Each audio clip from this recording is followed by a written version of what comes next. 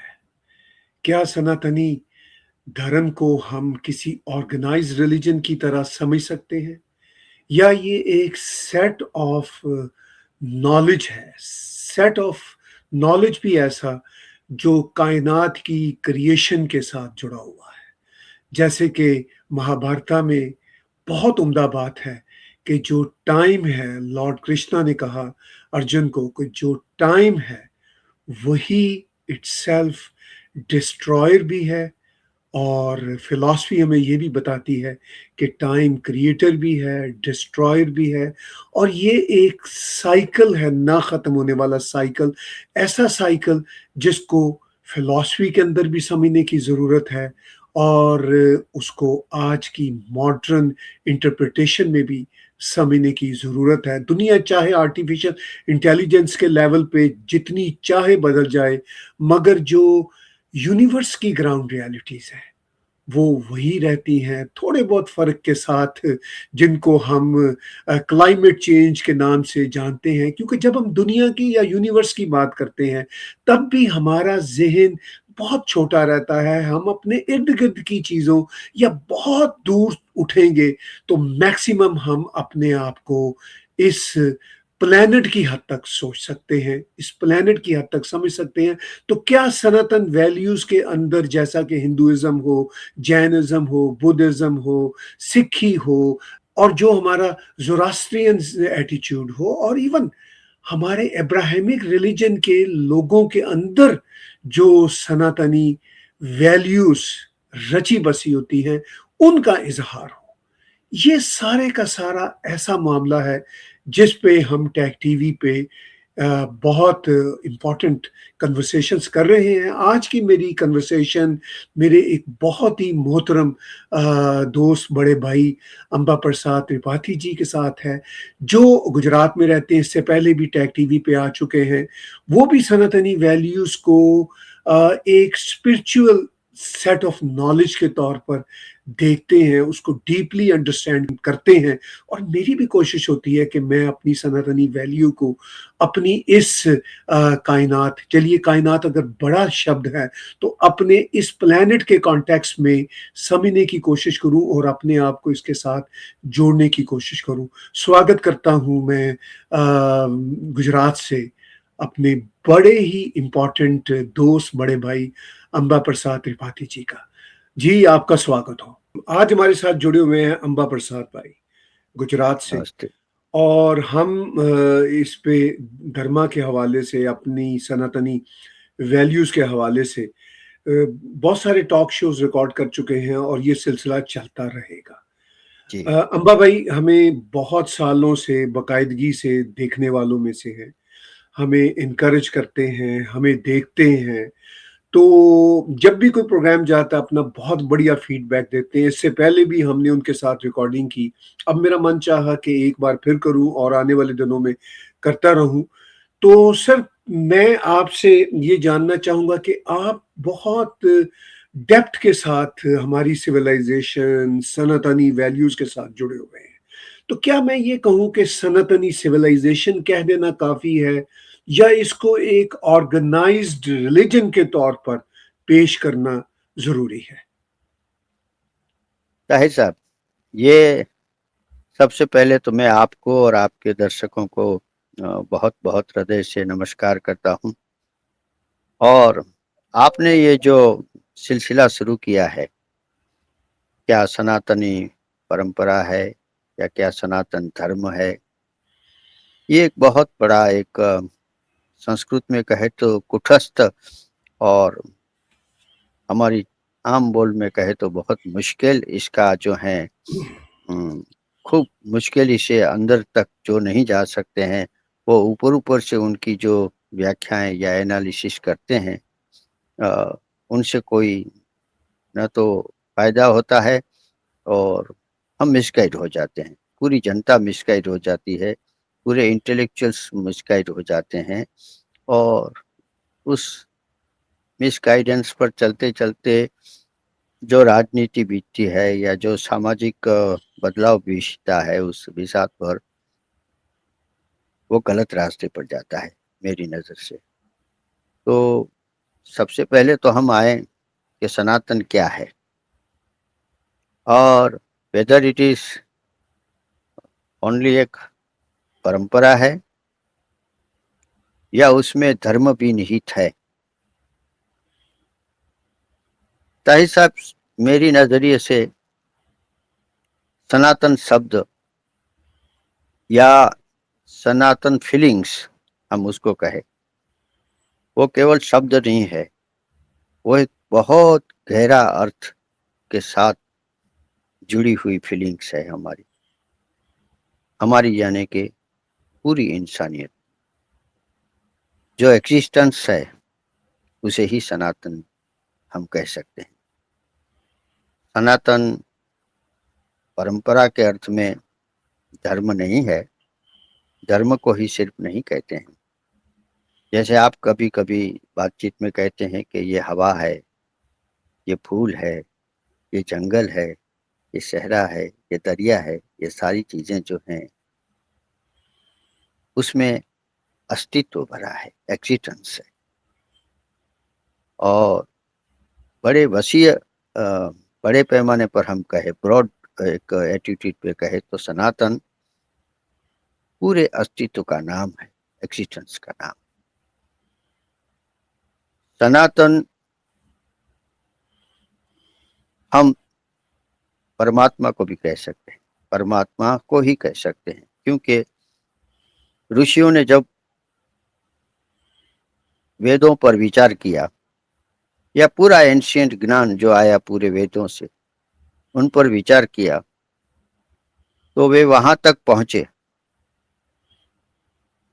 हजारों सालों की जो दार्शनिक एक परंपरा चली, उसमें आखिर में वो वहां तक पहुंचे कि नेति नेति, यानी कि न इति न इति न इति, इसका कोई अंत नहीं है। तो जिसका कोई अंत नहीं होता है उसी को हम सनातन कहते हैं। जो पहले था, जो आज है और जो कल रहेगा। मैं इसको एक वैसे ही आम भाषा में गालिब के एक शेर से जरा थोड़ा सा क्लियर करना चाहूंगा।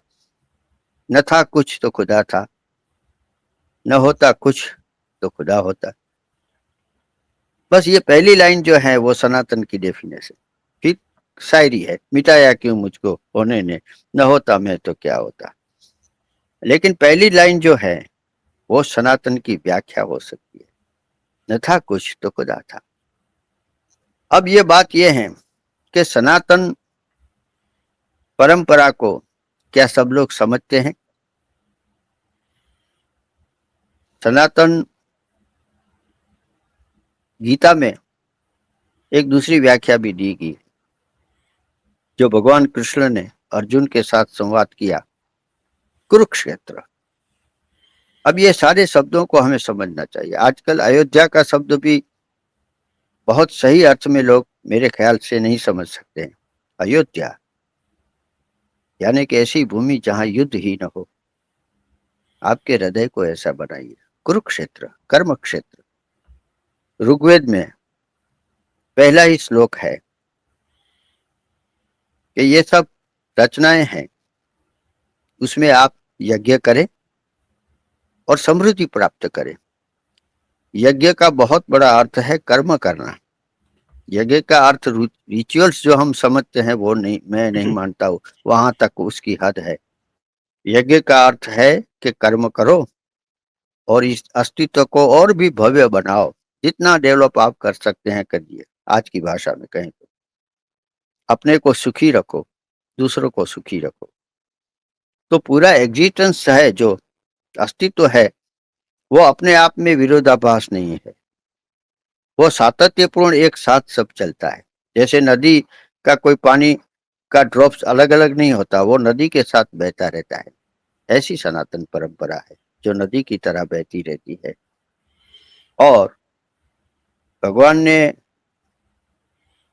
जहां तक वेदों का सवाल है तो वेदों में ये सारी बात कही है।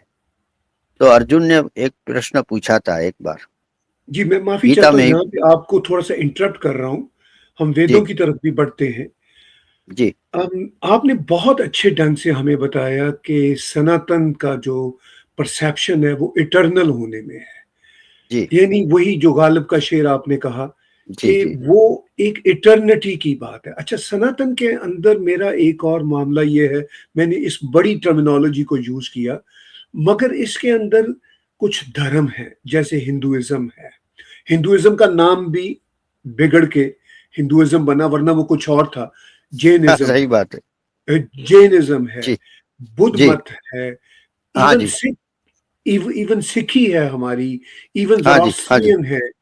ये सारे के सारे जो इटर्नल कॉन्सेप्ट ऑफ यूनिवर्स के साथ जुड़ी हुई फिलॉसफीज हैं, वो सारी की सारी सनातनी फिलॉसफीज कहलाती हैं। मगर उसको हमने फिर अलग अलग, जैसे मैंने कहा, हिंदुइज्म, बुद्ध मत, सिखी, ये सारी बहुत सारी ब्रांचेस, ज़ोरोस्ट्रियनिज्म, ये सारी बनी। तो ये फिर जो इटर्नल कॉन्सेप्ट था वो तो ऑर्गेनाइज्ड यूनिवर्सल के लेवल पे है, वैसे वो धर्मों की सूरत में ऑर्गेनाइज नहीं है। लेकिन हमने इसको फिर ऑर्गेनाइज कर दिया, जैसा कि हम आप देखते हैं, आप बिल्कुल भारत में बिल्कुल रहते हैं, वहां पे हिंदुइज्म के सेक्ट्स बन गए, ऑर्गेनाइज हो गया। तो जरा इन बिल्कुल चीजों की तरफ पहले आते हैं, तो कैसे देखते जी हैं आप इन चीजों को? जी जैसे आपने कहा कि सिख है, ईसाई है, दूसरे लोग हैं जो जो सारे हैं, मैं मानता हूँ वो सब सनातन ही है। किस तरह से है वो, मैं अपना एक ख्याल रखूं। वो सब ईश्वर में, भगवान में, अल्लाह में, गॉड में तो यकीन रखते हैं। पहली बात तो ये है, अपने समझ के अनुसार या अपने ज्ञान के अनुसार या अपने आसपास के कल्चर को नजर में रखते हुए या अपने दूसरे अर्थों के लिए उन्होंने उसको अलग अलग पंथ में डिवाइड किया। उससे वो अलग अलग धर्म बने।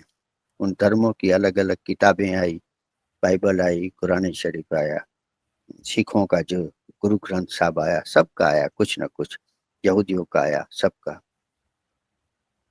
सनातन का इस तरह से कोई ग्रंथ नहीं है। सनातन में सिर्फ ज्ञान ज्ञान है, और ज्ञान को वेद कहते हैं। और वेद भगवान का ही एक नाम किया हुआ है। भगवान के जो या परमात्मा के जो नाम जो किए गए हैं वेदों में वर्णित, उसमें एक नाम उसका ज्ञान भी है। तो ज्ञान इस सेल्फ है परमात्मा। लेकिन जो ज्ञान है वो गुणों से बना है।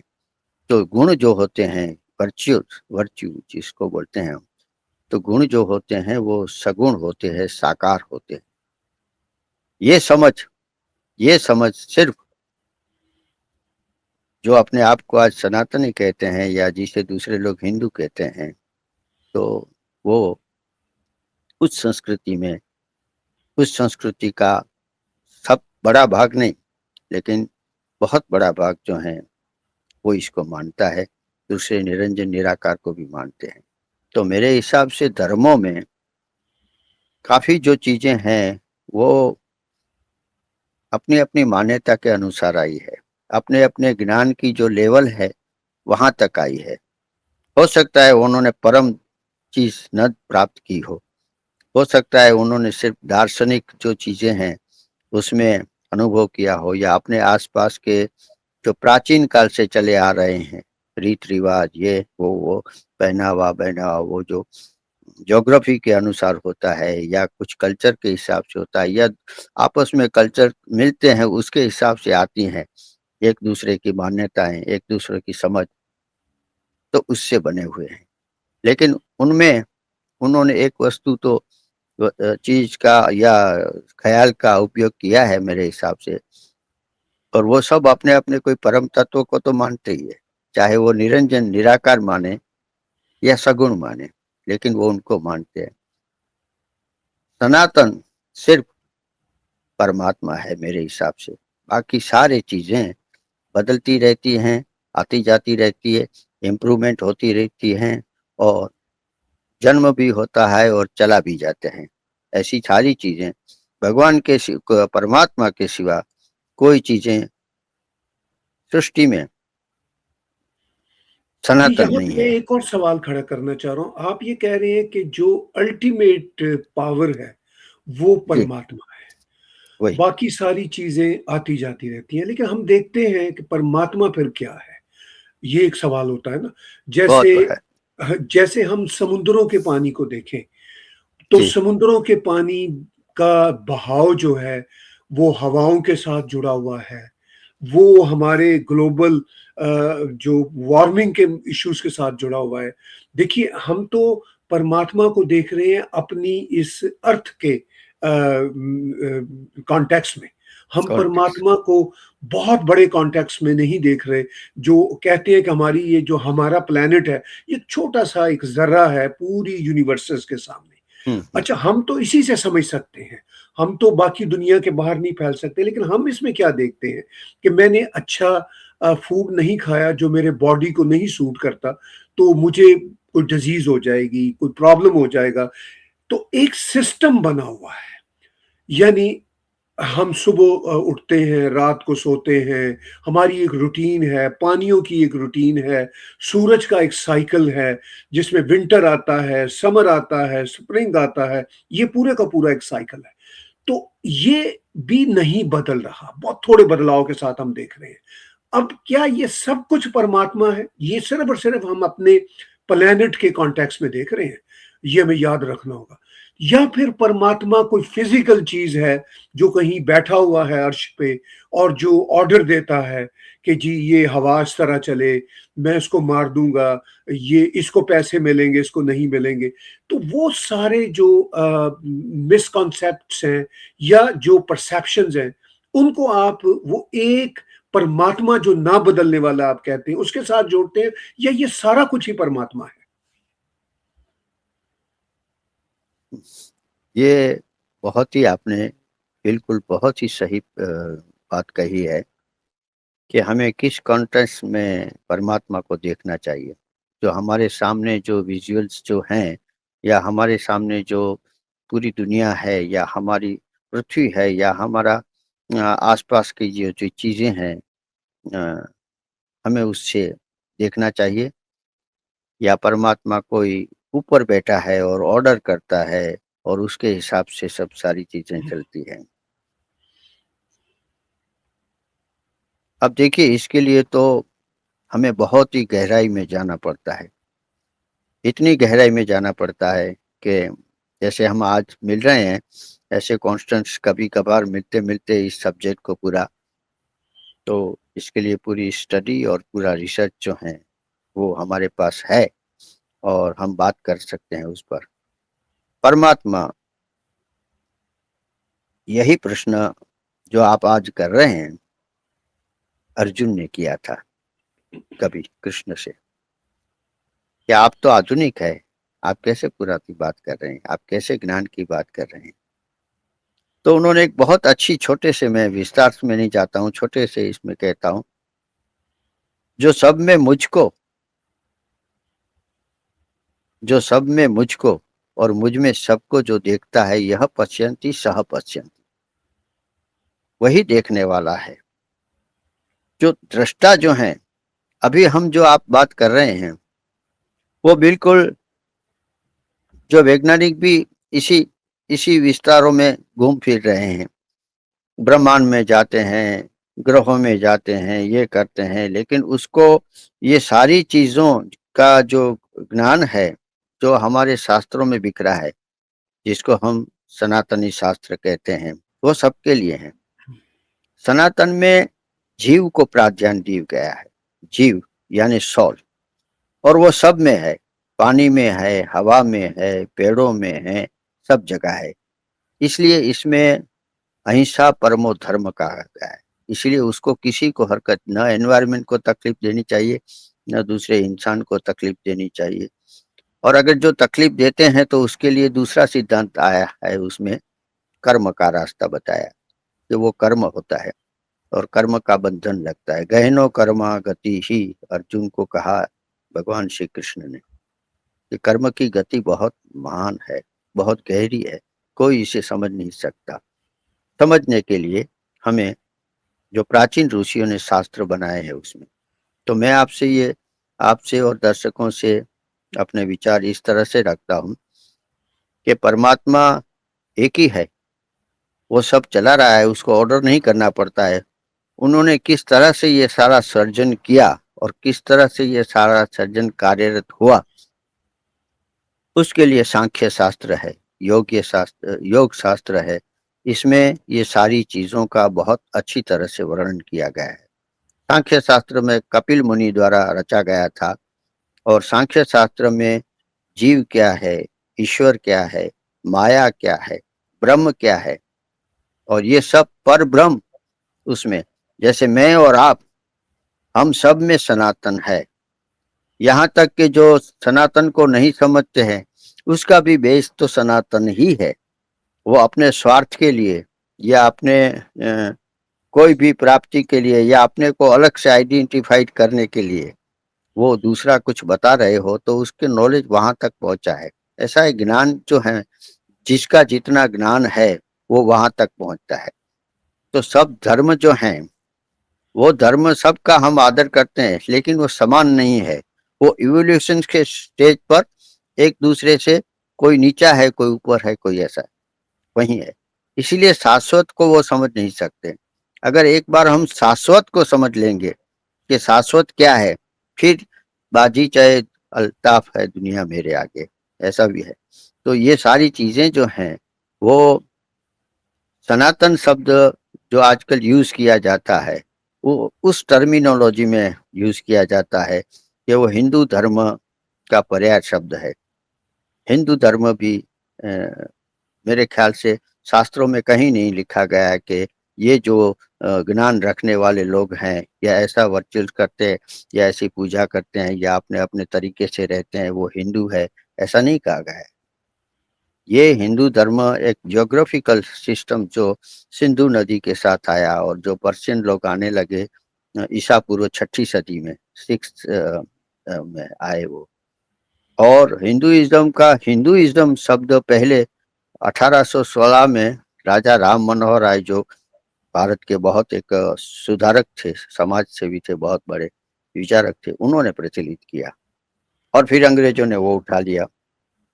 तो हिंदू और सनातन का कोई, मेरे हिसाब से, शायद बहुत लोगों को ये ऐसा जरा हार्ड लगे, लेकिन मेरी सोच से, हमारे शास्त्र के अनुसार तो ऐसा कोई रिलेशन उतना नहीं है जो होना आज जिस तरह से उसको नैरेटिव किया जाता है, इस तरह का नहीं है। सनातन सिर्फ ईश्वर ने जो कुछ बनाया है और उसी में ईश्वर है, तब तक वो है। इसीलिए तो प्रलय या कयामत का ख्याल आया है। प्रलय और कयामत का ख्याल क्या है? शरीर भी देखो, हम प्रलय के साथ नहीं जाते, शरीर अपना, ये शरीयते इति शरीर, यानी कि जो हर क्षण हम और आपने ये प्रोग्राम शुरू किया उससे पहले हम थे, वो अभी नहीं है। उतनी क्षणों में भी हमारा शरीर कुछ नष्ट हुआ। इसीलिए ये सारी चीजें जो हैं, जो नष्ट होती है, वो पदार्थ विज्ञान है। ठीक है, तो पदार्थ विज्ञान जो होता है उसमें पदार्थ नष्ट होते हैं, बदलते रहते हैं, वगैरह वगैरह होते हैं, लेकिन वो टिकते किस पर? सपोज के न्यूटन ने एक सिद्धांत निकाला कि भाई ये ग्रेविटी से ऊपर नीचे फल नीचे आया, उसमें उन्होंने ग्रेविटी का सिद्धांत बताया कि ऊपर से ये आया तो ये इसके कारण आया। अब हमारे यहाँ वैज्ञानिक आते हैं तो हम लोग बातें भी करते हैं, तो मैं कभी कभी उससे पूछता हूँ कि ये गुरुत्वाकर्षण जो कहते हैं आप, वो क्या है? तो वो समझाने की कोशिश करते हैं कि वो गति के उत्पादन से, गति के क्षेत्र से गुरुत्वाकर्षण उत्पन्न होता है। लेकिन वो क्यों होता है और पशे आईना कौन है, क्यों शक्ति आती है, कहाँ से शक्ति आती है? शक्ति ऑटो एक चीज है या क्रिएट जाती है या किसी के थ्रू आती है? तो मैं एक आपके शरीर का ऐसे से एग्जाम्पल दिया। आपकी और हमारी बॉडी में ये जो प्रकृति है उसके कारण हमारी बॉडी बनी है। पंचभूत का तत्व, पंचभूत के तत्व हवा, पानी, अग्नि, इससे हमारी मिट्टी, इससे हमारा शरीर बना। ठीक है, फिर उसमें ये शरीर में भी कितने ही गुण है और कितने ऐसी चीजें हैं, लेकिन शरीर के अंदर जो रियल जो काम करता है, ताहिर गोरा साहब जो काम करते हैं, वो ताहिर गोरा के साहब के अंदर जो सोल है वो काम करता है। अच्छा, वो सोल भी शास्त्रों में ऐसा कहा गया है कि हमारा और आपका आत्मा भी भगवान के पूरे शरीर में आता है, पूरे शरीर में वो शरीर है वो भी। लेकिन वो जैसे परमात्मा हमेशा रहता है ऐसे सोल भी हमेशा रहता है। इसीलिए ये चीजें जो है नष्ट नहीं की गई है। जीव यानी कि सोल, जिसे हम जीव कहते हैं या आत्मा कहते हैं, सोल, आत्मा, ठीक है, माया ये पूरी प्रकृति की, फिर ईश्वर, इसके ऊपर जो प्रधान पुरुष बनाए भगवान ने, जिनको ये सौंपा कि आप ये ब्रह्मांडों की रचना हो गई है, अब यह ब्रह्मांड में आप काम करें, आपसे और भी चीजें उत्पन्न करते रहिए और बनाते रहिए। तो करोड़ों करोड़ों ब्रह्मांड बन गए। लेकिन मान्यता ऐसी है, और या मान्यता तो नहीं, शास्त्र में ऐसा लिखा गया, जब विराट नारायण बन गए तो भी वो वैसे ही पड़ी थी सारी प्रकृति। तो फिर भगवान ने उसमें प्राण फूंके। एक मलयालम कवि ने बहुत अच्छा औटक कुशल करके महाकाव्य लिखा है, जी शंकर करके। उसमें पहली लाइन उन्होंने बहुत खूबसूरत लिखी है कि अगर आप ये प्राण नहीं फूंकते, ये हवा जो हम ले रहे हैं वो भी आदिकाल से उसी ने फूंकी हुई है, वही हम हवा ले रहे हैं। तो प्राण में उन्होंने क्या कहा, एक अपना तेज लगा दिया। जैसे सूरज है तो सूरज एक ही है, लेकिन उसमें से करोड़ों करोड़ों किरणें जो बिखरती है वो सूरज की ही किरणें हैं। तो सूरज उसमें क्या करता है, किरणों में अपना जो रूप है या अपनी जो ताकत है या कुछ भी उसे कहे, तो वो लगाते हैं, तो वो सूरज से है। इसी तरह हम सब परमात्मा या सनातन जो परमात्मा है उसी से है। कोई ये दावा करे और इसी दावे में तो दुनिया उल्टी दिशा में चली गई है। सब ने अपने को अमर करने के लिए बहुत सारे साम्राज्य स्थापित किए, बहुत सारे वो किए। और जब सिकंदर ने कहा कि मेरे खाली हाथ देख दिखाना सबको, तो ये फिलोसॉफी कहाँ से आई थी? ये सनातनी परंपरा से। तो जो मानते हैं कि खुदा है लेकिन परमेश्वर परमात्मा नहीं है, भगवान नहीं है, तो वो भी मेरे हिसाब से बड़ी भूल कर रहे हैं। क्योंकि खुदा को मानता है तो वो भी शाश्वत का ही हिस्सा है, वही शाश्वत है। हम कहाँ कहते हैं, हम गॉड को 3 अक्षरों से, बाइबल के पास शब्द भी नहीं थे ताहिर साहब। गॉड किसको नैरेटिव कैसे किया जाए, तो जनरेट, ऑर्गेनाइज एंड डिस्ट्रॉय, 3 शब्दों को लेकर उन्होंने, वही ब्रह्मा विष्णु महेश, जो परमात्मा ने पूरी सृष्टि की रचना की और उसके लिए एक ऑर्गेनाइज करता है, दूसरा उसको टिकाता है और तीसरा उसका प्रलय करता है।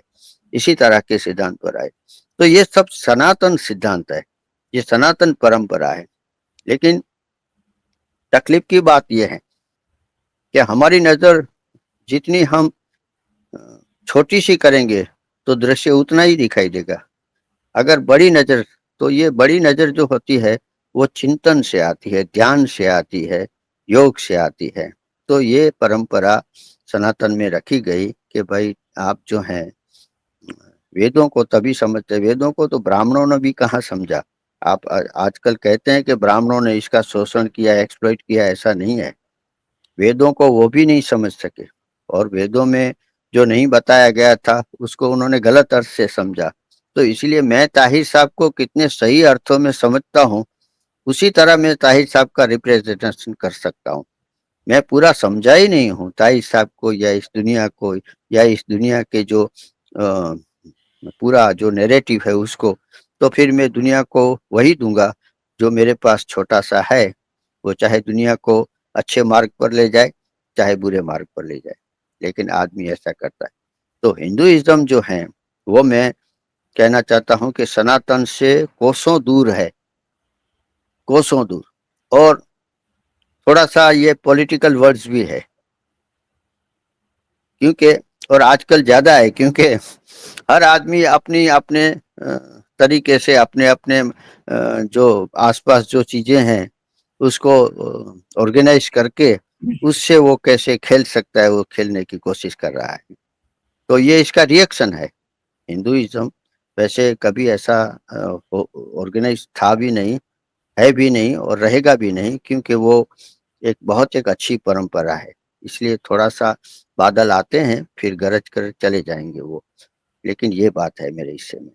तो जी, जी, बहुत अच्छे ढंग से आपने बताया कि हिंदुइज़्म की जो आज हम मुख्तलिफ शक्लें देखते हैं, शायद जो हमारी सनातनी वैल्यूज़ हैं, शायद उनसे हिंदुइज़्म की ये शक्लें मुख्तलिफ हैं। बिकॉज़ क्या है कि चीज़ें पॉलिटिसाइज़ हो जाती हैं, इस ज़माने में उसकी राजनीति के एस्पेक्ट्स हो बन जाते हैं। और आपने कहा कि ऐसा नहीं है कि हिंदुइज़्म अब जो भी ये नाम एस्टैब्लिश हो गया है, पहले इसकी क्या शक्ल थी, वो बाद की बात है। अब चूँकि ये एस्टैब्लिश हो गया है नाम, तो एस्टैब्लिश हिंदुइज़्म जो है, वो बहुत ट्रू सनातनी सिस्टम है। मैं इसको सिस्टम कहता हूँ। यानी धर्म और सिस्टम मेरे नज़दीक एक ही चीज़ें हैं। और इसको हमारी ये जो टर्मिनोलॉजीज़ हैं, धर्म की, सिस्टम की, ये शायद उस तरह के रिलीजन के कॉन्टेक्स्ट में नहीं देखी जा सकती जिस तरह अब्राहमिक रिलीजन है। बिल्कुल, हाँ, और बिल्कुल। लेकिन बड़ी इंपॉर्टेंट आपने बात की, आपने कहा कि ये जो पूरे का पूरा सिस्टम है सनातन का, इसमें जो हिंदुइज्म है वो अब उसके पॉलिटिकल मैनिफेस्टो भी बने हुए हैं। और नेचुरली है, इसलिए कि जब हम समाज में रहते हैं तो हाँ, समाज को रिएक्शन है, गवर्न करने के लिए, समाज को, किसी भी समाज को गवर्न करने के लिए कोई ना कोई कुछ आकार चाहिए, आइडियोलॉजी तो चाहिए होती है। चाहिए। और ऐसा ही है, पूरी दुनिया में हम देखते हैं। तो इस सारी सिचुएशन में जो आज का भारत है, जो भारत की धरती है, वो सनातन वैल्यूज का गढ़ है। भले से वहां पे पॉलिटिसाइजेशन हो रही हो, वो तो पूरी दुनिया के देशों में होती है। तो बिल्कुल, आपको जो सनातन का स्पिरिचुअल एस्पेक्ट है, जो यूनिवर्सल और फिलॉसफिकल एस्पेक्ट है, वो आपको एस्टैब्लिश नजर आ रहा है, या उसमें कमी हुई है, या फिर वो किस तरह अपनी उस अल्टीमेट फिलॉसफी की तरफ बढ़ सकता है? अब यहाँ पे मैं जोड़ूंगा, क्या वेदों को समझना जरूरी है, उपनिषद को समझना जरूरी है? कुछ लोग कहते हैं उपनिषद जो है वो बीच की कड़ी है, वेद बहुत बड़े लेवल का ज्ञान है। तो इन सब चीजों पे भी थोड़ी सी रोशनी डालिए। वेद के सरलीकरण का मार्ग जब ऋषियों ने देखा तो उन्होंने उपनिषद लिखे। उपनिषद में भी ज्ञान का मार्ग ऐसा था कि उपनिषद शब्द ही ऐसा है कि गुरु के सन्मुख बैठकर जो हमें ज्ञान मिलता था, गुरु ने जो समझा था वो हमें मिलता था, उसी से उपनिषद बने। पुराण भी उसी तरह से, उसी सिलसिले की एक आगे की कड़ी है, आगे की एक वो है। सबसे बड़ी बात तो इसको सरलीकरण में मैं आपको कहूं तो वेद व्यास जी जो हुए भारत में सबसे बड़े महर्षि, उसे भी एक अवतार ही गिना जाता है। जो रोशनी देता है वो सनातन संस्कृति में उसको अवतार ही कहते हैं। जो रोशनी देता है, आगे ले जाता है पूरी मनुष्य जात को या पूरा एग्जिस्टेंस को। मनुष्य जात भी उसमें पूरा एग्जिस्टेंस का एक हिस्सा ही है ना। तो हम पूरे के पूरे दृश्य में बहुत विशाल पैमाने पर हम सोचकर बता रहे हैं। तो वेद व्यास जी ने चारों वेदों का गठन किया। पहले वेद एक था, उसके 4 विभाग बनाए और उसमें से सबसे अलग अलग चीजों की उसी का अर्थघटन करके उपनिषद बने। उपनिषद जो बनाए वो महर्षियों ने बनाए। वो महर्षियों की अपनी थॉट ऑफ स्कूल थी। जैसे आज की कैम्ब्रिज या ऐसी है, उस यूनिवर्सिटी से निकलने वाले का इस तरह से सोचता है उसी किताब को, दूसरी यूनिवर्सिटी से निकलने वाला दूसरी तरह से अपनी तरह से देखता है। ऐसे थॉट ऑफ स्कूल थे ये सारी चीजें। लेकिन सबसे बड़ी बात, सबसे सहज अगर सनातन को समझना है तो वेद व्यास जी ने जो श्रीमद् भागवत पुराण बनाया, 18 पुराणों के बना, ये सब ब्रह्म सूत्र बनाए ये, लेकिन सब सब जो है समझने में बहुत मुश्किल है। श्रीमद् भागवत पुराण बनाया और उसमें उन्होंने, ताहिर साहब ये इंटरेस्टिंग की बात है, उन्होंने एस्टेब्लिश किया कि जो वेदों में जो बताया गया है कि ये सत्य है, ये महान है, ये सनातन है, ये इसमें 1000 नाम तो उसको विष्णुपुर सहस्त्र नामावली की ग्रंथ है, जिसमें 1000 नाम से ज्यादा भगवान को, परमात्मा को बताने की कोशिश की है। लेकिन वो कौन जो सत्य है या जो हमेशा ज्ञान देता है, वो कौन है? तो वेदव्यास जी ने उसमें भगवान श्री कृष्ण को एस्टैब्लिश किया कि यही कृष्ण है, ये परमात्मा है, परम पिता परमात्मा कृष्ण भगवान है, और वही सनातन है, और वही सनातन परंपरा का जन्मदाता है, और वही इस सिलसिले में चलाता है। तो पहली बात ये आ गई। फिर महाभारत वगैरह जो रचे गए वो इतिहास रचा गया, वो भी वेद व्यास जी ने रखा। रामायण में भी एक तरह का इतिहास ही है कि राम का इतिहास और राम के कुल का इतिहास, वो रामायण हो गया। तो ये सारी चीजें जो हैं वो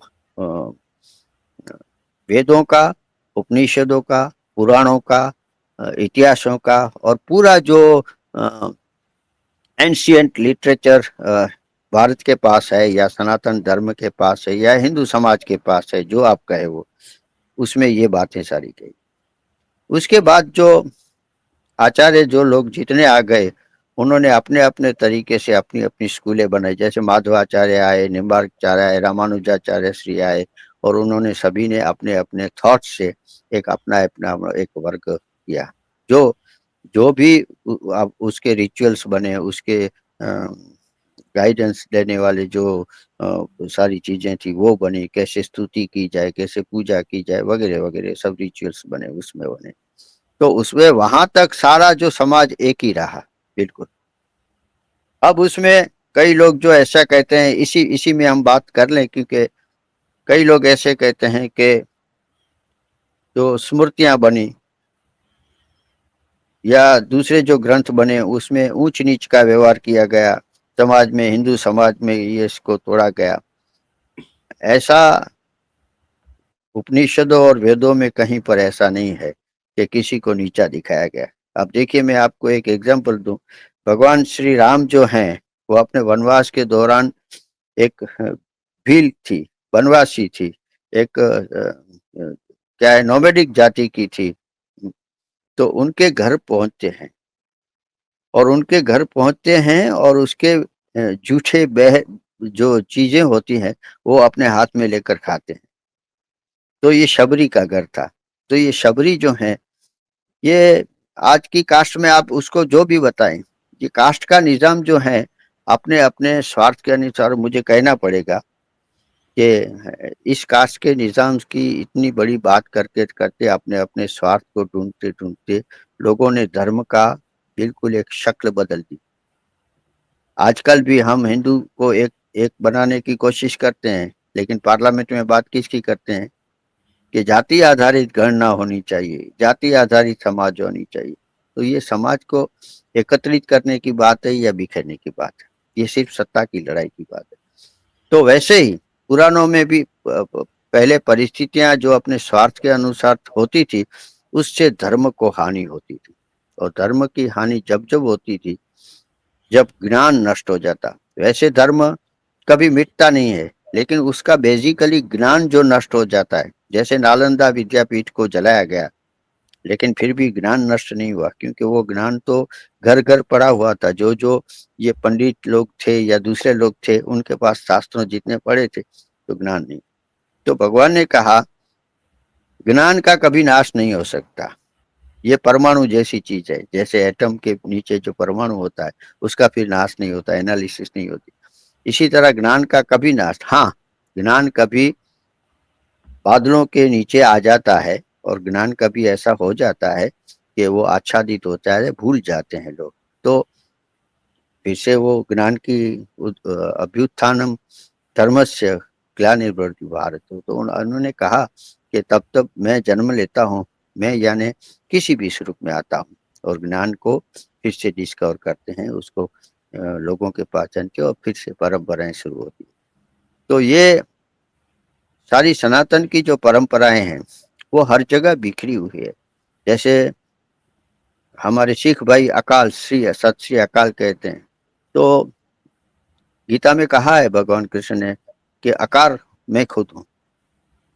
उन्होंने जो अपना विश्व दर्शन कराया कि मैं क्या क्या हूँ, वो समझाने के लिए अर्जुन को स्थूल दृष्टि से, यानी कि वो समझ सके कि ये दुनिया में जो कुछ है आई आई आई आई उसका एक, उसके लिए उन्होंने समझाया कि जैसे प्राणियों में मैं सिंह हूँ, लायन हूँ, ऋतुओं में मैं बसंत हूँ, इसीलिए इंद्रियों में मैं मन हूँ। इसी रीते जो उन्होंने समझाया सारी चीजें, उसमें उन्होंने कहा। तो बेसिकली सनातन एक बहती हुई बहुत बड़ी तरह। अब ये सारी जो चीजें आई धर्म में, तो धर्म और कुछ नहीं, जिसको हम आज हिंदू धर्म कहते हैं, उसमें अनेक प्रकार की जो नदियां हैं वो गिरती हैं और एक समंदर बनता है पूरा। तो अनेक प्रकार की नदियां हैं, वो नदियां विचार की नदियां हैं, वो संस्कारों की नदियां हैं, वो अपने अपने जो जातियां थी उसके अपने अपने रीति रिवाज थे, वो भी उसमें तो सबको एक्सेप्ट कर लिया। सबको एक्सेप्ट करके, क्योंकि समाज चलाना था, पहली बात तो ये, समाज को नष्ट नहीं करना था, इसीलिए कहा है ना, रूमा सब मिट गए जहां से अब तक, मगर है बाकी नामो निशान हमारा। तो संस्कृत दुनिया में बहुत आई, लेकिन आज भी ये मोहनजोदड़ो से, ये सिंधु संस्कृति से लेकर आज तक हमारे और आपके तक ये सारी संस्कृति अभी जिंदा है। नॉट ओनली जिंदा है, मेरे हिसाब से वो सब जगह पसरी हुई है, हर एक में वो है, हर एक में। जो सनातनी अपने को न माने या हिंदू न माने, मेरे ख्याल से वो भी सनातनी ही है, क्योंकि सनातन परंपरा तो उसके खून में ही है। तो वो किसी कारणवश नहीं करता हो तो दूसरी बात है, लेकिन सनातन जो है बहुत बड़ा शब्द है। हिंदू जी, मैं शब्द यहाँ जो है थोड़ा वो सा एक, थोड़ा सा मैं इस तरफ भी बात को लेके जाना चाहता हूँ। जी आपने कहा कि जो अपने आप को सनातन ना भी मानता हो वो फिर भी सनातन है। अब सनातनी नॉलेज जो है या जो हमारा हिंदुइज्म का जो कॉन्सेप्ट है वो उसको हम नॉलेज ऑफ इंडोलॉजी भी कहते हैं। अब दुनिया में जो बड़े-बड़े नॉलेज के हम देखते हैं पैरामीटर्स, तो हमें अब्राहमिक रिलीजन का एक नॉलेज का पैरामीटर है। एक हमारा इंडोलॉजी की जो स्टडीज़ हैं, उनका जो नॉलेज है। एक हम देखते हैं जो हमें फिलॉसफी बेस्ड नॉलेज मिलते हैं। फिर हम साइंटिफिक नॉलेज देखते हैं कि साइंस पे बेस करते हुए जो अपने आप को रैशनैलिटी से जुड़े हुए लोग होते हैं वो पेश करते हैं।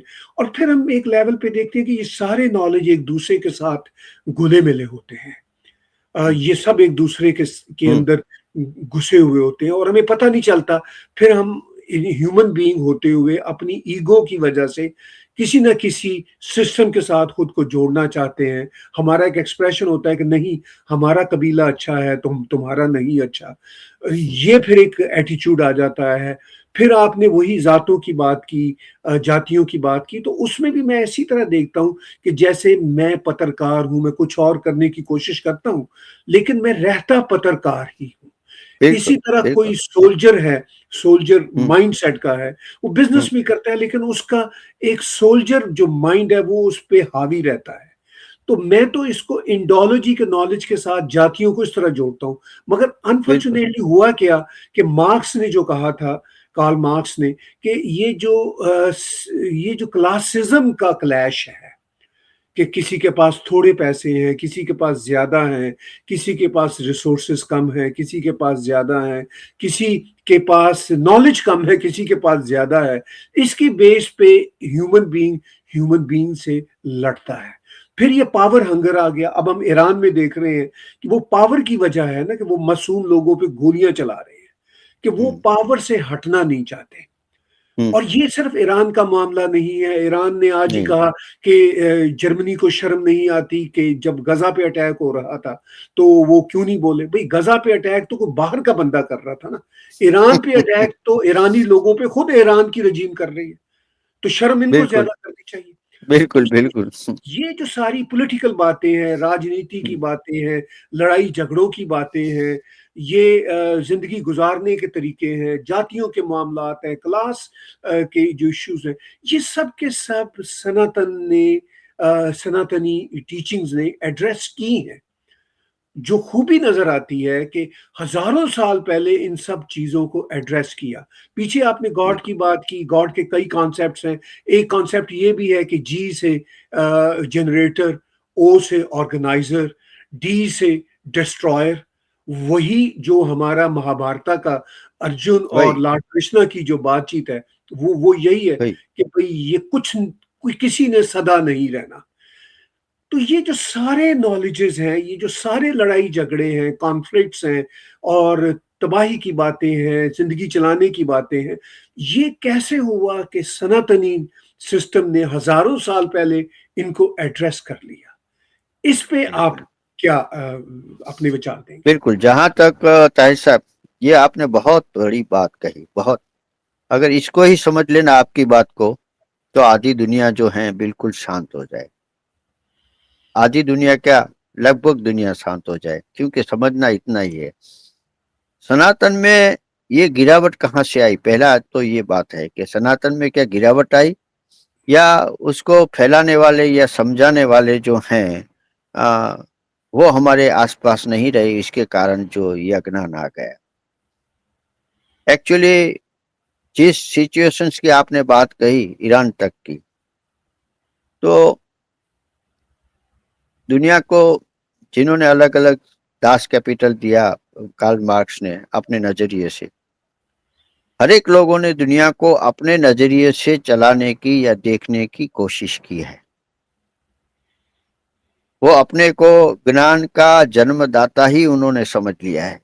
कभी किसी ने ये नहीं कहा कि भाई मैंने ये ज्ञान प्राप्त कहाँ से किया और क्यों किया, और ये सही अप्लाई मैं कर सकता हूँ, कि ये बड़ी जिम्मेदारी की बात है। अगर आज मैं दुनिया में मैं शासन कर रहा हूँ तो मेरे लिए कितनी जिम्मेदारी है, या मैं कोई फिलोसोफर हूँ तो मेरे लिए कितनी जिम्मेदारी है, या मैं आर्टिस्ट हूँ तो कितनी जिम्मेदारी है, कि दुनिया के करोड़ों लोगों को अगर जो मैं अपनी नासमझी से या अपने अधूरे ज्ञान से दुनिया को मैं आगे ले जाने की कोशिश करूंगा, तो उसमें दुनिया का भला होगा कि बुरा, ये मुझे पहले बहुत जिम्मेदारी के साथ सोचना चाहिए। आज के जो शासक है या गवर्नर्स करने वाले लोग हैं, वो पैसा, पावर, पॉलिटिक्स और अपने सुख के सिवा तीसरा कुछ सोचते ही नहीं। आज के नहीं।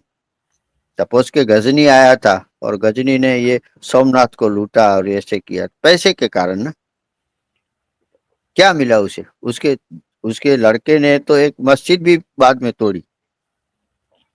तो ये सारी चीजें जो हैं, जो शासक है उसके सिद्धांत पर हम न चले। हमें जो देखना है दुनिया को या अस्तित्व को देखना है, वो ऋषियों के मार्ग से चले। सबसे पहले मैं आपके दर्शकों को विनंती करता हूं कि सोचने का रास्ता जो है बहुत बहुत बड़ा रखिए, क्योंकि जितने सोचने का रास्ता बड़ा रखेंगे वहीं से सत्य मिलेगा। सत्य हमें आसपास से कहीं नहीं मिलेगा।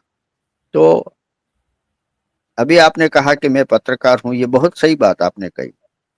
तो उसी में ऐसे ही वेदों में यही बात कही गई थी कि समाज रचना की बात जब होती है तो उसमें 4 वर्ण आते हैं, उसे वर्ण कहते हैं। जातियां नहीं कही गई है। वर्ण यानी कि सेक्टर, के जो सिखाता है, समझाता है, पढ़ाता लिखाता है, पढ़ता लिखता है, लिखता करता है, बुद्धिजीवी वर्ग है वो ब्राह्मण, सबका रक्षण करता है। और चाहे गांव से लेकर हो या शहर से लेकर हो या राज्य और साम्राज्य जो हो कंसेप्ट, तो वह क्षत्रिय। फिर जो व्यापार करता है, कारोबार करता है, ये करता है वो वैश्य, और खेती करता है वो भी वैश्य। और फिर जो कुछ नहीं करता है लेकिन इन सब वर्गों की जो सेवा करता है वो शूद्र। शूद्र माने हल्का नहीं, ये शूद्र शब्द का अर्थ भी जो है गलत कर लिया है। शूद्र शब्द का अर्थ हल्का होता ही नहीं है, लेकिन कम ज्ञान वाले हमारे जैसे लोगों ने भी उसी को पकड़ लिया और उसी के द्वारा, और जिनको ऐसे वर्ग ऐसी कम अज्ञान को आगे लेकर अपना स्वार्थ करना था, वो तो उसको उठा ही लेंगे। लेकिन मुझे दुख से कहना चाहिए कि आज के संसार में बहुत ऐसे सन्यासी लोगों को मैं बात करता हूँ, महात्मा लोगों जो सोचते हैं, बड़े विशाल पैमाने पर सोचते हैं, लेकिन उसकी तो कोई पूछ नहीं होती है, उसकी शासन वाले कभी पूछा नहीं करते। शासन वाले उसको सिद्धांत दे रहे हैं, और वो बेचारे कई जो उसमें से कमजोर होते हैं वो शासन के पीछे चलते हैं। ये हालत हो जाती है। जैसे मुल्ला जो हैं वो जो होता है उसके पीछे चलते हैं, वो कोई अपना कोई रोल अदा नहीं करता, क्योंकि उसका स्वार्थ उसमें एडजस्ट होता है। तो सारी दुनिया में ऐसा गोलमाल हो गया है कि सारी दुनिया जो है वो अपने अपने अधूरे ज्ञान को लेकर ये सारी विश्व को, और हमारे आज के विश्व आप जो कह रहे हैं उसी विश्व को इतना नुकसान पहुंचा रही है, इतना नुकसान पहुंचा रही है कि इसीलिए इसके लिए तो हमें जागृति का एक बहुत बड़ा अभियान होना शुरू होना चाहिए, जो समझाएं कि भाई ये सनातन क्या है, ये पूरा अस्तित्व क्या है, परमात्मा क्या है। आप जो परमात्मा को माने, जिस स्वरूप में माने, कोई बात नहीं, आप मान तो उसी को रहे ना जो शाश्वत है। आप ये ऐसा नहीं कहेंगे कि मेरा खुदा मर जाएगा और इसका खुदा जिंदा रहेगा, ऐसा नहीं। अपने खुदा को जिंदा रखना है तो, लेकिन दूसरे को वो मारना चाहते तो वो भी नहीं मरेगा, ये भी, क्योंकि वो एक ही है, वो एक ही है। और वो जो व्यवस्था उन्होंने की है, और उसमें जो जिन फिलोसोफरों ने आगे चलकर ये ज्ञान का मार्ग बनाया है, और ज्ञान के मार्ग में क्या था, राज्य व्यवस्था थी, समाज व्यवस्था थी, सांस्कृतिक व्यवस्था थी, ये सब, ये सारी बातें, कला जगत की बातें थी, ये सारा सिस्टम से बनाया था।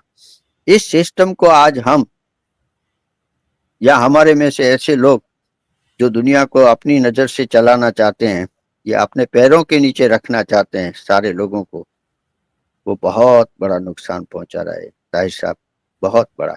और ये असह्य है, हमारे लिए असह्य है, क्योंकि जो सनातन वाले जो सिर्फ हिंदुइज्म की बात करते हैं या हिंदू को संगठित करते हैं, अगर वो सनातन को ही नहीं समझे तो हिंदू को भी नुकसान पहुंचाएंगे, सनातन को, धारा को भी उतना आगे नहीं ले जाने का एक गलत काम करेंगे।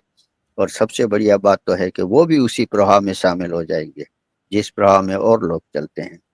तो हिंदू समाज को उससे अलग होना चाहिए मेरी नज़र से।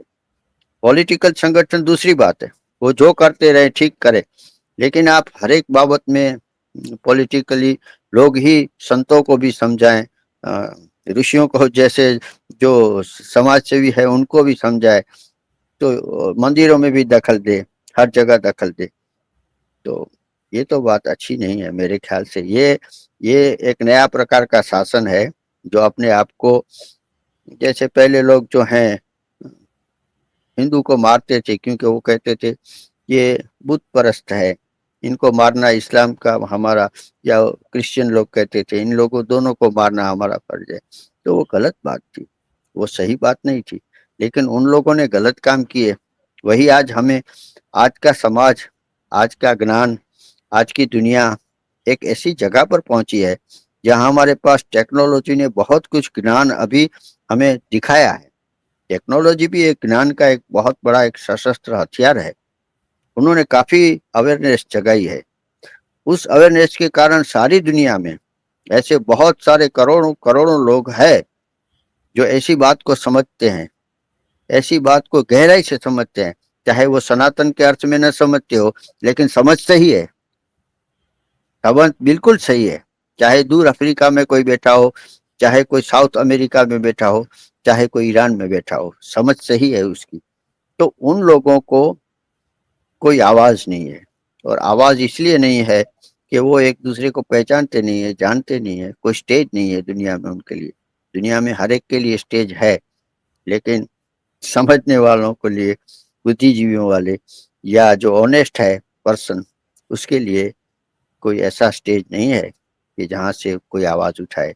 लेकिन जी इसको हमें अभी दूर करना पड़ेगा। अगर जालिम इकट्ठे हो सकते हैं, अगर जालिम इकट्ठे हो सकते हैं, तो जुल्म सहने वाले भी इकट्ठे हो सकते हैं। और जिस दिन जुल्म सहने वाले इकट्ठे हो गए, उस दिन जो है वो सनातन का बिल्कुल एक नया सूरज उगेगा। और वो सूरज यही होगा जो हम और आप आज जो बातें कर रहे हैं, उसी सिद्धांत पर आधारित होगा, उसी में, क्योंकि उसमें ताकत है, उसमें चेतना है। कोई मिटाना चाहे तो भी मिटा तो नहीं सकेगा। लेकिन अपने समय में, जब मैंने कहा कि दुर्योधन की सभा में द्रौपदी के चीर हरण हो रहे थे, उसके वस्त्र उतारे जा रहे थे, तब बड़े बड़े ज्ञानी बैठे थे, फिर कोई नहीं बोला। तो कृष्ण ने तभी कहा कि आपकी तब आपका फर्ज तब क्या था? आपका फर्ज ये था कि जो जुल्म हो रहा है, जो खराब काम हो रहा है, उसको आप उसको रोकते, उसका सामना करते रोकने के लिए, और उसके लिए आपको कुछ भी गंवाना पड़ता तो तैयार रहते। तो ऐसा नहीं किया, इसीलिए महाभारत बना। और ये एग्जाम्पल महाभारत में इसीलिए दिए गए हैं ताकि हमारा पथ प्रदर्शक बने। वो इसी ऐसी कई बातें ऐसी है जो आने वाली पीढ़ियों को रास्ता बताती है कि ऐसा करना चाहिए। और सबसे बड़ी खूबसूरत बात यह है कि ये आप जिसे हिंदू कहते हैं या सनातन कहते हैं, उसी के ग्रंथों में जितना सत्य है वो कहीं नहीं है।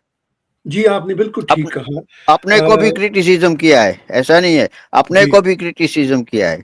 अगर कृष्ण को भगवान माना है तो वहां कुंती ने भगवान कृष्ण को शाप भी दिया है कि तुमने तो इतनों को विनाश कर दिया। तो ये सारी चीजें जो हैं वो इसी ग्रंथों में है। लेकिन उसको मैं और आप या दूसरे लोग अपने स्वार्थ से देखेंगे, तो स्वार्थ से देखेंगे तो हमें स्वार्थ ही नजर आएगा। अगर हम उसको शाश्वत, उसमें जो क्या है उस चीज से देखेंगे, तो आपकी तरह आपने जो कहा वो मेरे दिल में, हवा में भी आपको ही दिखाई देगा, वो आपको जल में भी दिखाई देगा, वो हर जगह दिखाई देगा। और हर जगह जहां आप जाएंगे, जहां भी जाऊं लगता है तेरी महफिल है, जहां भी आप बैठ गए तो आपको लगेगा कि ये। और फिर जो आप देखेंगे, जहां से आपका प्रेम हो जाता है, उसको नष्ट करने की आप कभी इच्छा नहीं करेंगे कि नहीं, जी, ये बिल्कुल आपने पानी की ठीक धारा कहा। को मैं, जी, ये अब पेड़ों हम को मैं नहीं काट सकता हूँ। जी, जी। अब हमें यहीं पे चूँकि हमारी कोशिश होती है कि 1 घंटे से कम हम अपनी बात को जी कंक्लूड करें। बड़ी जी जी ये जी बातें बिल्कुल। ऐसी हैं, ना ख़त्म होने वाली हैं अम्बा भाई, मैं आपका बहुत ही शुक्रगुज़ार हूँ। आखिर में एक शायर जलील अली का के 2 शेर मैं पढ़ूँगा, जो आपने जी पीछे बातें की। एक दूसरे से बच के निकलना मुहाल था, एक दूसरे को रौंद के जाना पड़ा हमें, अपने दिए को चाँद बताने के वास्ते बस्ती का हर चिराग बुझाना पड़ा हमें। क्या तो बात है।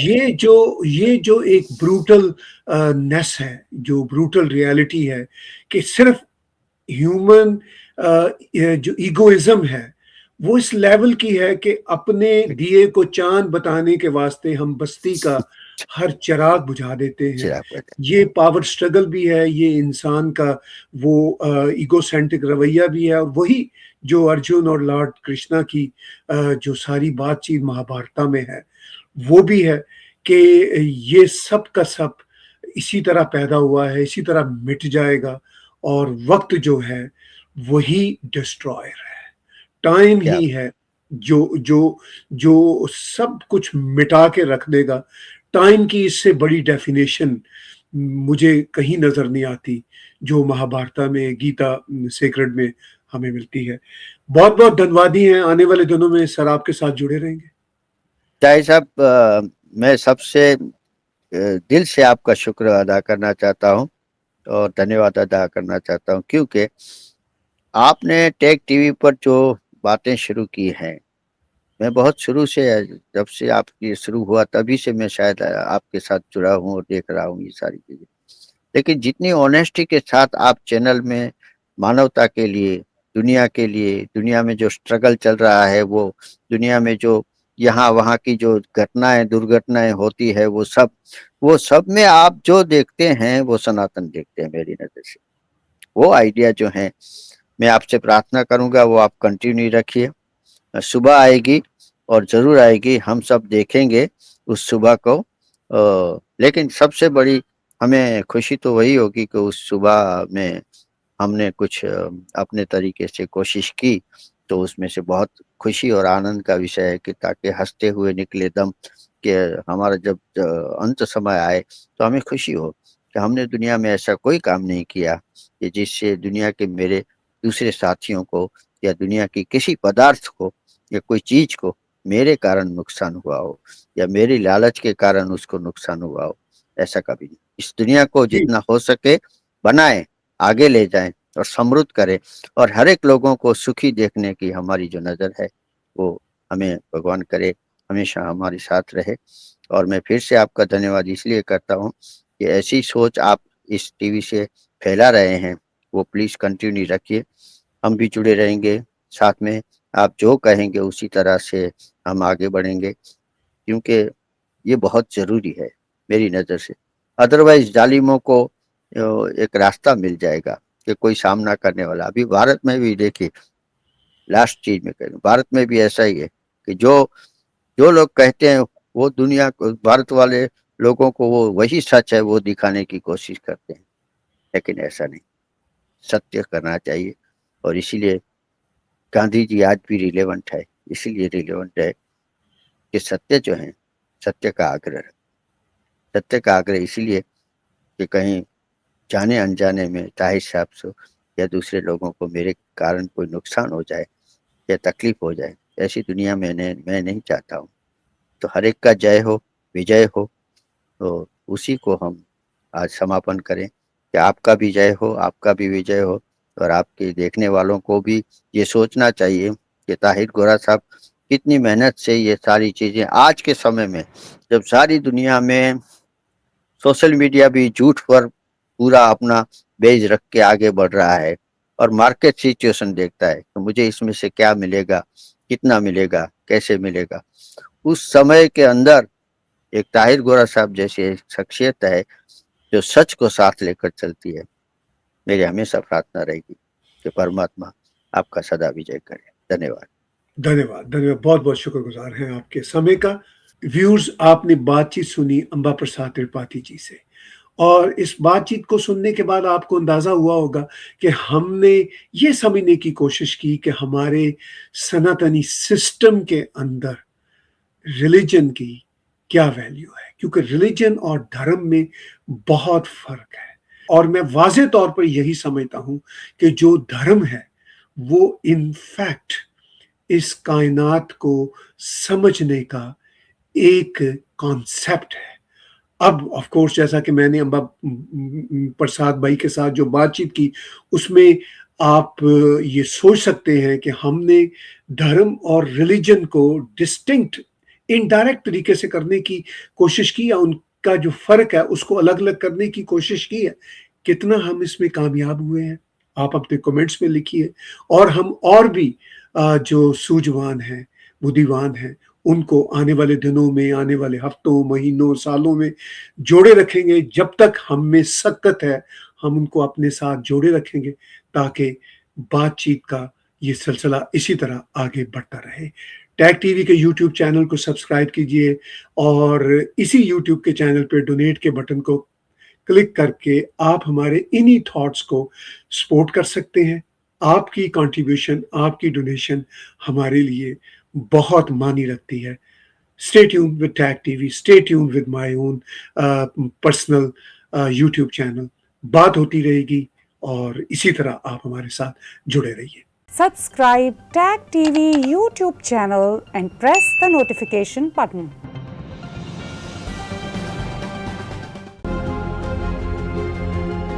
I hereby commend you. Be strong and courageous. Baruch Adonai Mevorach Leolam Vaed.